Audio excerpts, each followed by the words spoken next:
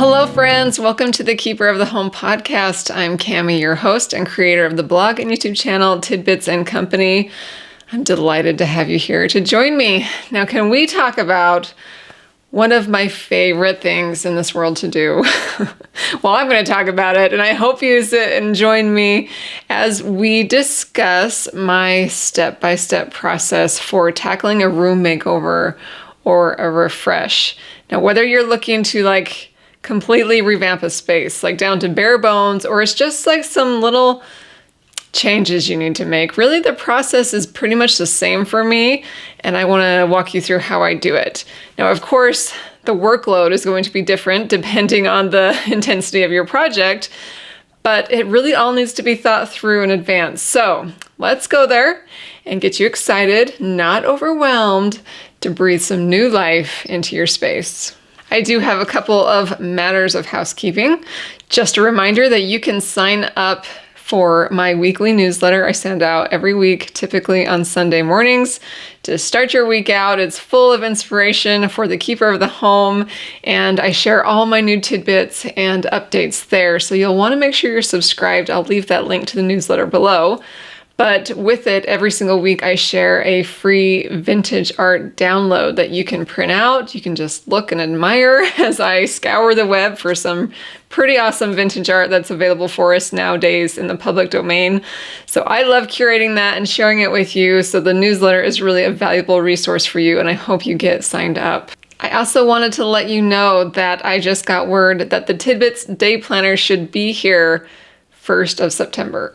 Well, late August, but it's going to take me a bit to get them photographed and the listings made on my tidbitsandco.com shop. But the planners are coming in printed form, bound with a slipcase like we used to do before times got tough. So I am so thrilled that this is going to be here, and stay in touch because I'm hoping to create some content around planning and how I do it and what this planner includes. So definitely get on that newsletter so that you get all that good stuff. And then just one more thing, as we're talking about my step-by-step design process for a space, I am going to condense this information that I'm sharing in this podcast and create a blog post for it, so that if you need to come back and you don't want to listen to the whole podcast, or if you need to review it in more bullet point form or summarize, that's going to be on the blog. But here on this podcast, I hope to really dive deep, give you some good guidance for designing a space from start to finish,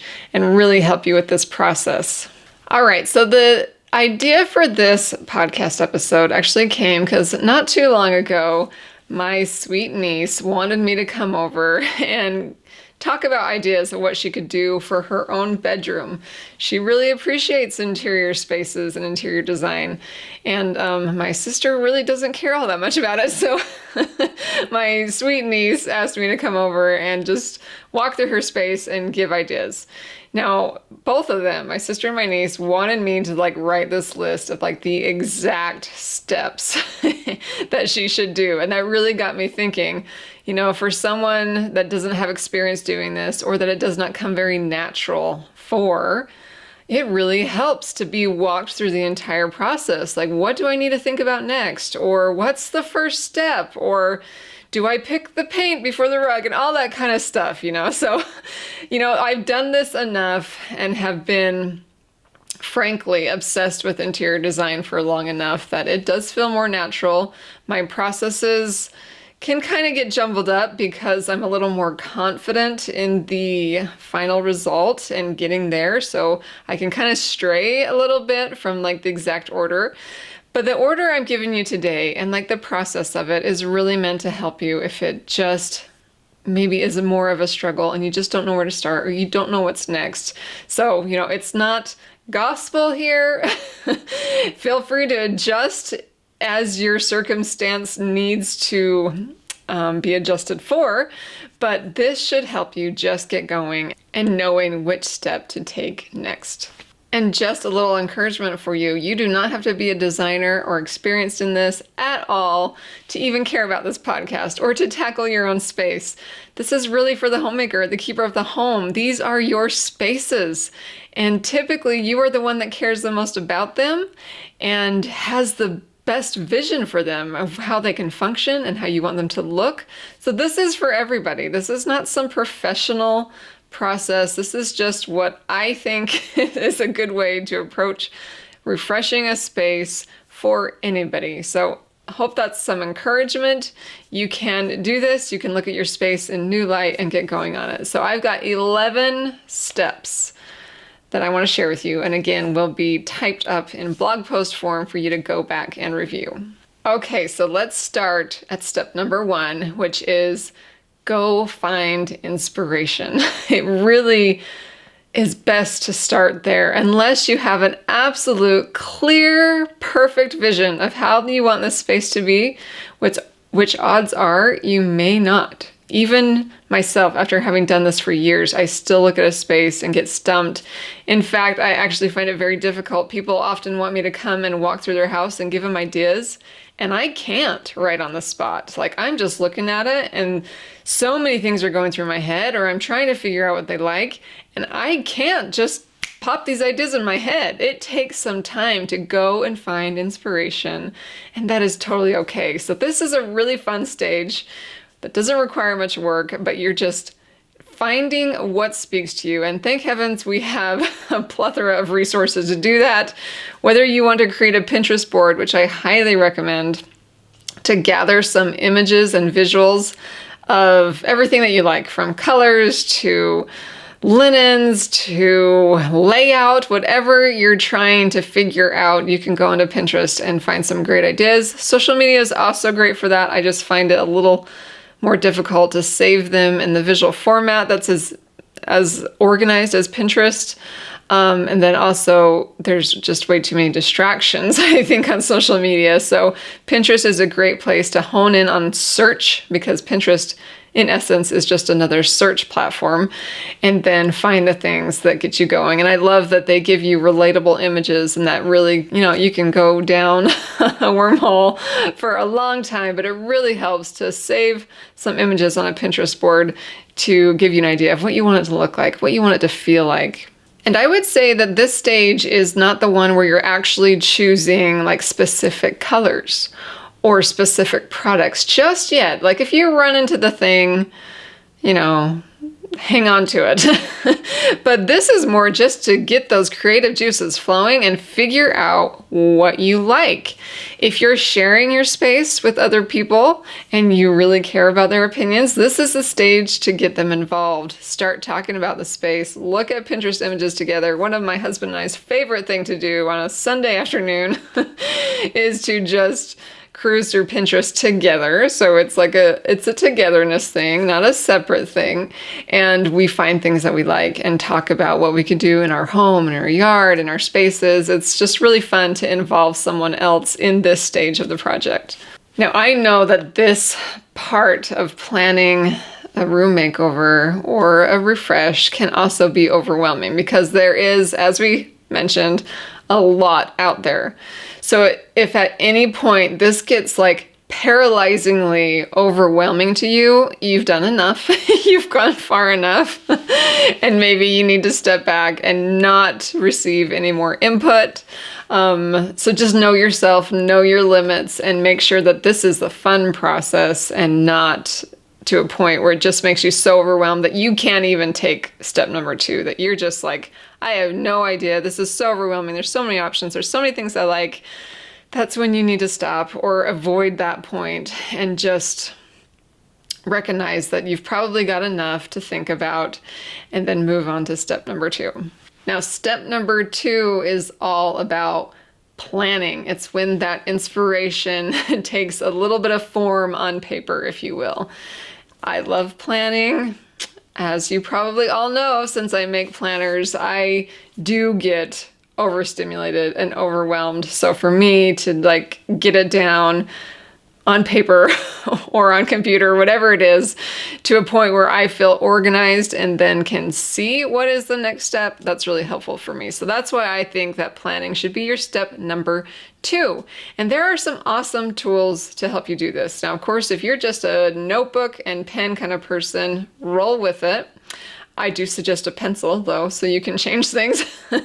But I actually have found that there is a totally free software called Asana. Have you heard about it?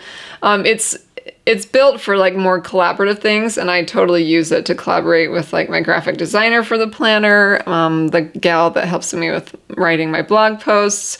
I use it in a collaborative manner a lot with other people, but I also use it for myself and even with my husband when we're trying to plan a big project. Now, if you want to learn more about this, I actually did an entire video quite a while ago on how I use Asana to plan big projects, whether that's home projects, work projects, whatever it may be, something that's big and overwhelming and has a lot of parts to it. I like to use Asana. And the reason is because you can like make these lists. You can do it in different formats. If you're like a linear list person or you like different boards, there's all sorts of ways to look at it through Asana. And again, it's totally free. There are paid versions. I don't even use them even for business. The free one is enough. But when you create these lists, you can also like throw in pictures and links really easily. So that helps me when I'm like actually to the point of searching for, say, a light fixture. I can just throw those links or screenshots right in that board so that it's all organized. It's so good for my brain.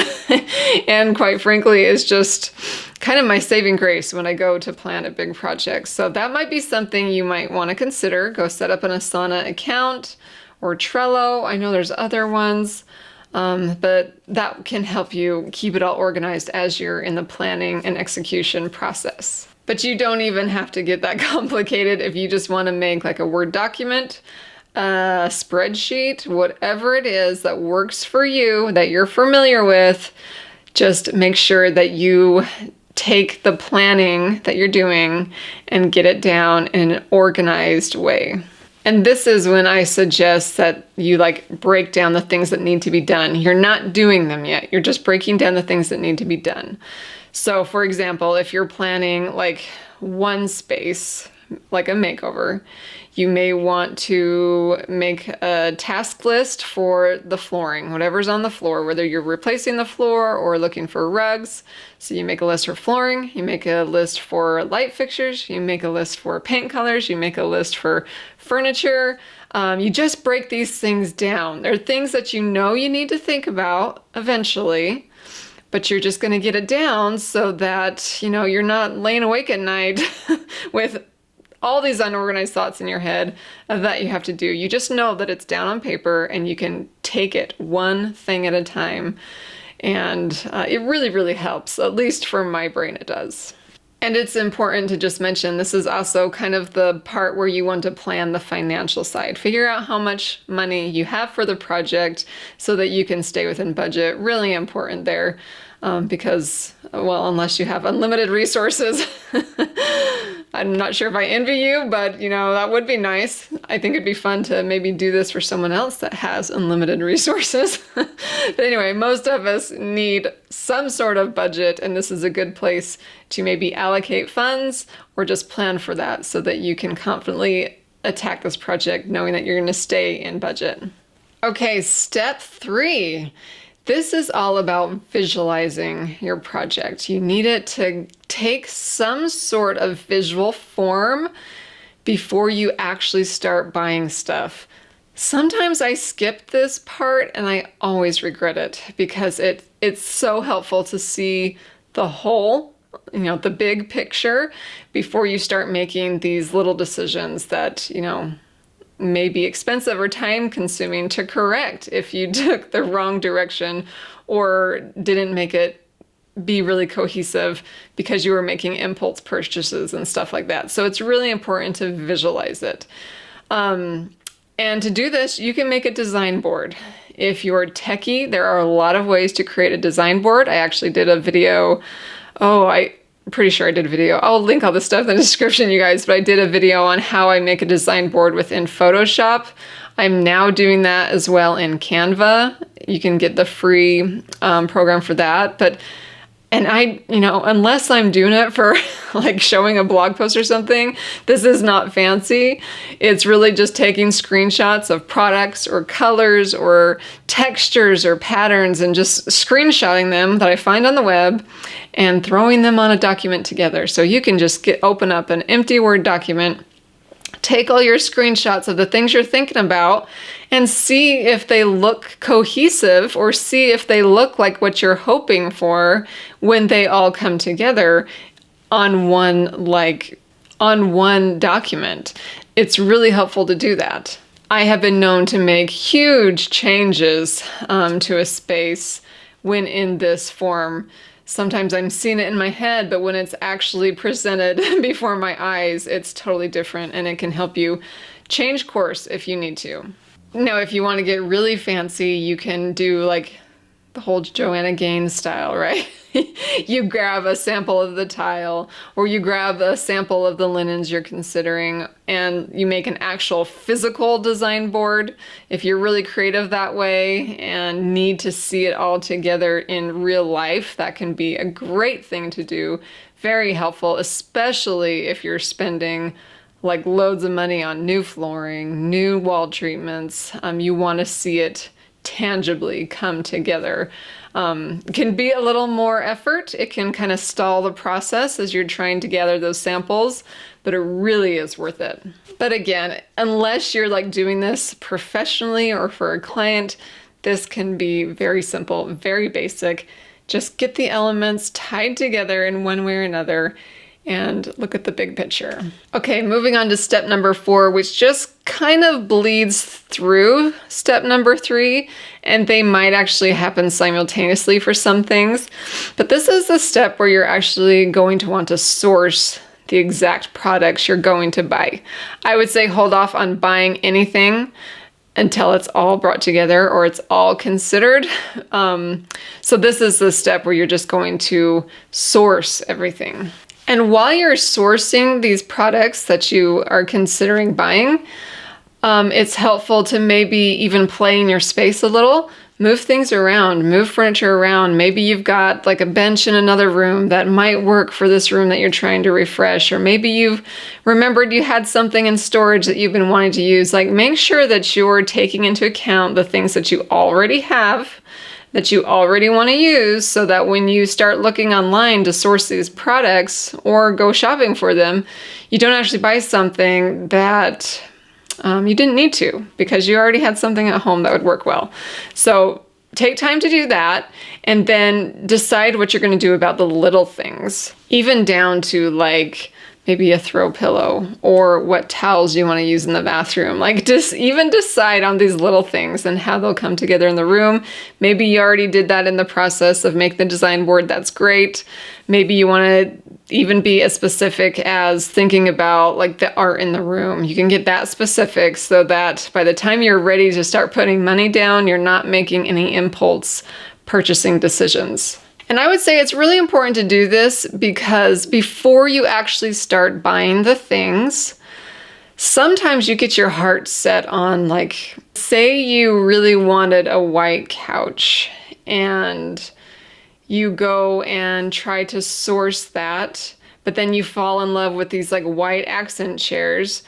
If you actually were really impulsive and bought the white accent chairs and didn't remember that you wanted the white couch, you could end up with a whole different furniture layout or pattern than you had initially planned. I don't know if that made any sense, but let me try this. Maybe even you like source the perfect coffee table that changes the layout of the room a little bit or changes the configuration of the furniture that you need. If you purchase that coffee table and then find out that the couch you wanted isn't actually available, or you found something else. Anyway, it can go bad really fast is what I'm trying to say if you start purchasing one thing at a time, especially with these really big expensive items that you might be planning for a space. You just want to make sure before you start putting the money down that you've sourced all of them and that they're all going to be available before you start checking out of your cart. That's really important. You probably are gathering here that I've made these mistakes before, and they're expensive mistakes to make, especially considering like big furniture pieces. And then of course you wouldn't want to buy some flooring or something expensive like that just to realize that the furniture or the color or the wood furnishings in the space aren't actually going to go with the flooring. So again, kind of bleeding from that design process, but sourcing them and taking the time to make sure they're available to you and making those decisions before you buy anything is going to be very helpful. I would say the exception to this is going to be maybe like your throw blankets or the linens, pillow covers. Those aren't, they're returnable. So if once you get it all together that item doesn't go well, it is a little easier to return. But for me, I actually need to get furniture and stuff placed into a room before I'm very visual. I need to see it in real life before I can make those little decisions on some of the smaller decor parts of the room. I find it actually helpful to wait on those. So that's kind of my exception to that rule when sourcing your products.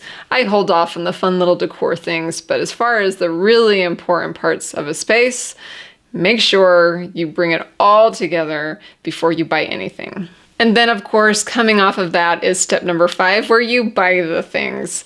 And definitely make sure that you're buying the big things first and giving yourself sufficient time for them to arrive, especially if this is like bigger items that have a long shipping time or something like that.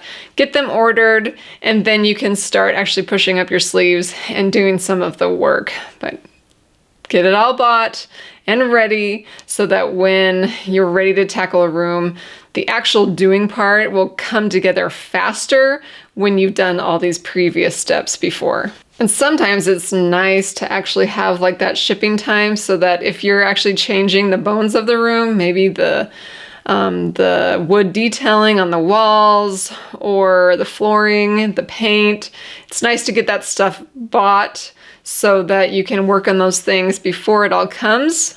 If that can happen, it really is ideal so that it's all finished and these boxes show up, or you go out shopping, you have somewhere to put these things when they arrive. Okay, so all those previous steps were more of the like sit down at the computer, figure things out kind of steps. And now you are ready to actually take action to bring this space together.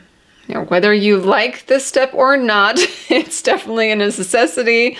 For us that are DIY inclined, this is the real exciting part where all that time you spent planning and buying, it's all going to come together and it's super fun. So step number 6, I actually suggest you take everything out of the room. This is really helpful to give you a clean slate. Now, even if you know some of these items you're going to use in the room, if you're wanting to like completely refresh a space, it's helpful to take it all out and then work on putting things back as they come or as you are ready to. Now, of course, you don't have to do this step if you're confident in these things that are going to be in this room.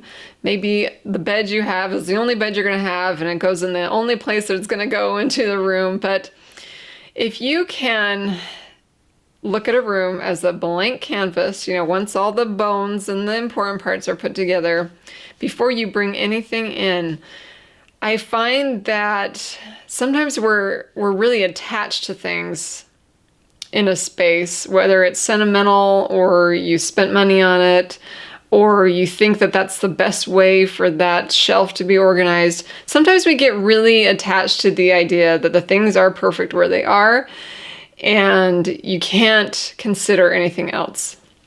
Which is why I prefer to just take everything out, start me out fresh, and then add things in slowly. I find that helps me detach from some of the ideas or the items that I just thought I had to have, because once you put things in slowly, it's actually going to shape perhaps a new vision or a cleaner vision or a simpler vision that may actually work better for you. And I would say this is especially important for spaces that are highly functional. Maybe it's a kitchen or like an office where organization and function are really important to the space, we get so stuck on how things are as human beings that we can't think outside of the box that how it might be better.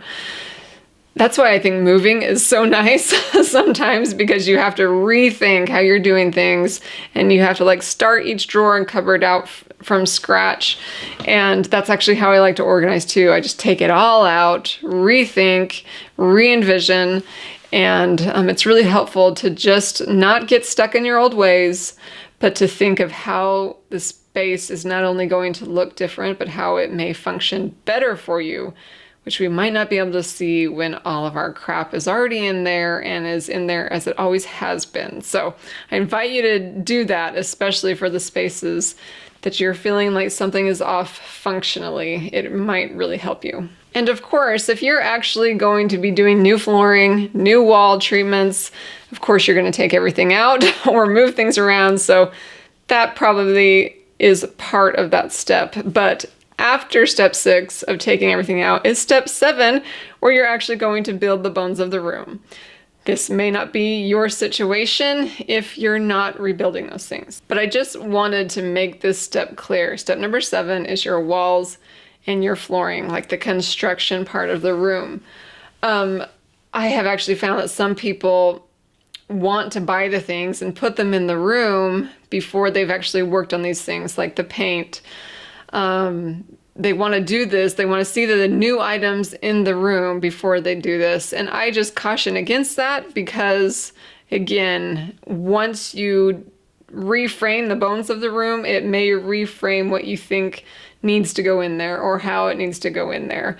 So take everything out, work on the construction part of the room if that's part of your space makeover before you bring anything in. And if you haven't already, this is the step where you're going to nail down the colors that you need to pick for the room and go buy them and make sure you have them if you haven't already.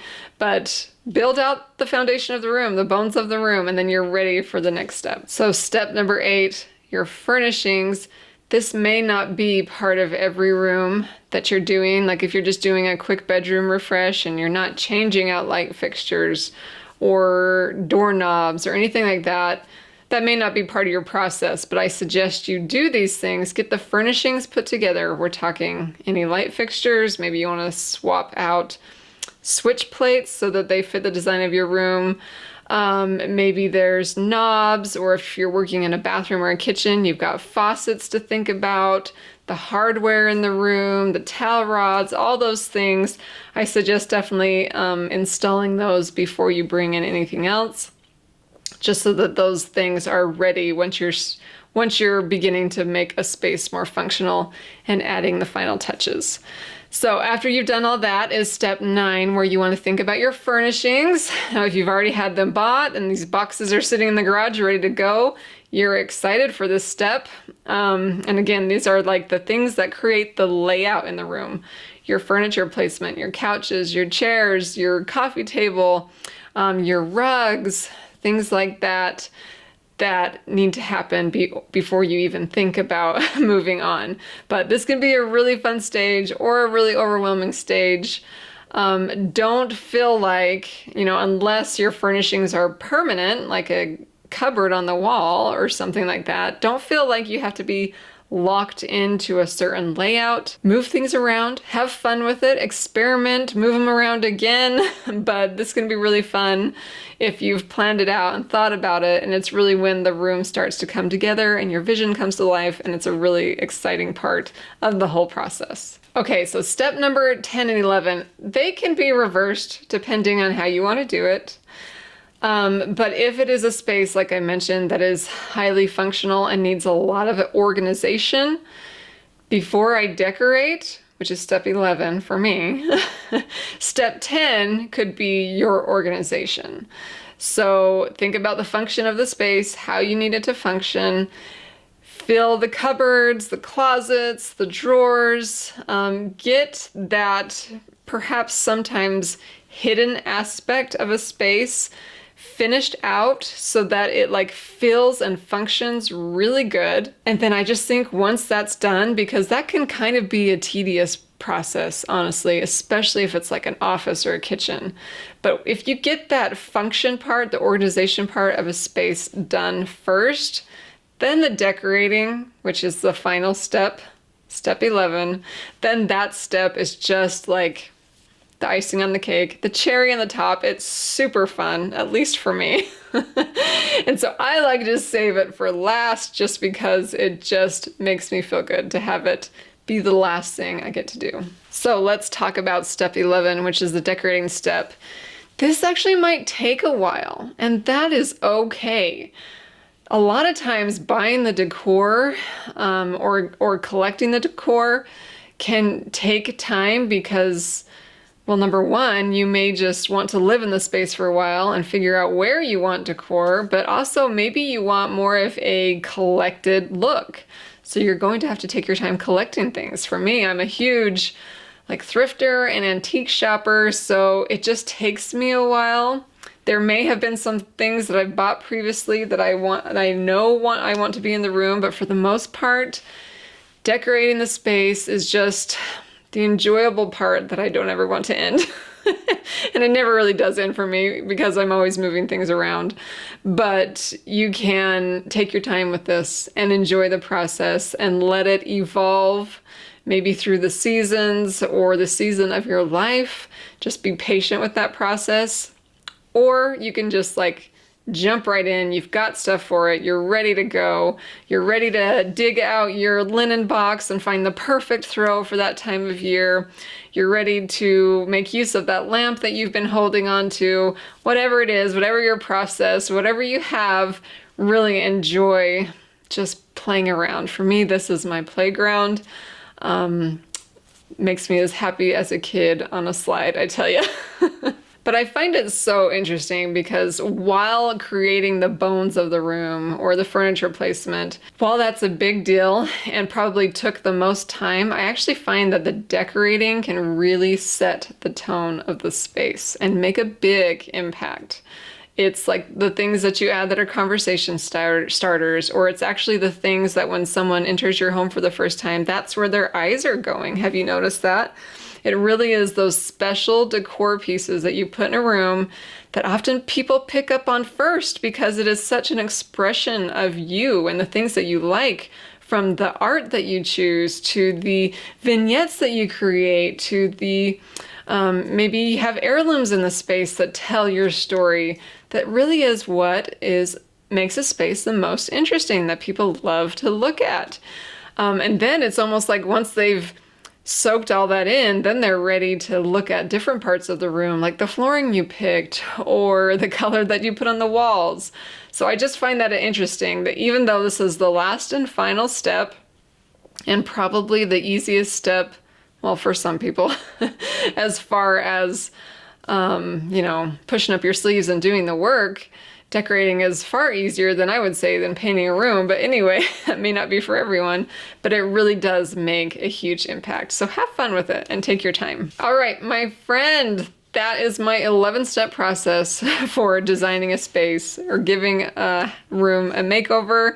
I hope it was helpful. Maybe you do things differently. Maybe I missed something. Let me know in the comments. I'd love to hear from you guys. Maybe you have a question for me. Please reach out. The best place to leave a comment is actually on my Tidbits and Company YouTube channel, where I host the video version of my Keeper of the Home podcast. I would also love it if you would take time to leave a review on iTunes or wherever it is that you listen to the audio version. Thank you so much for being here. If you want more design content, I have years and years and years of it on my blog. So go to tidbitsandcompany.com and dig in and see if you can get more design inspiration there, because this is one of the, my favorite things in the world to do and to talk about, and I hope you've enjoyed it. Thank you for watching, my friend, and I just am so grateful that you're here and that you will take the time to help me reach more homemakers by sharing this podcast with someone you know who would appreciate it. All right, I will be back very soon to share more inspiration for the Keeper of the Home.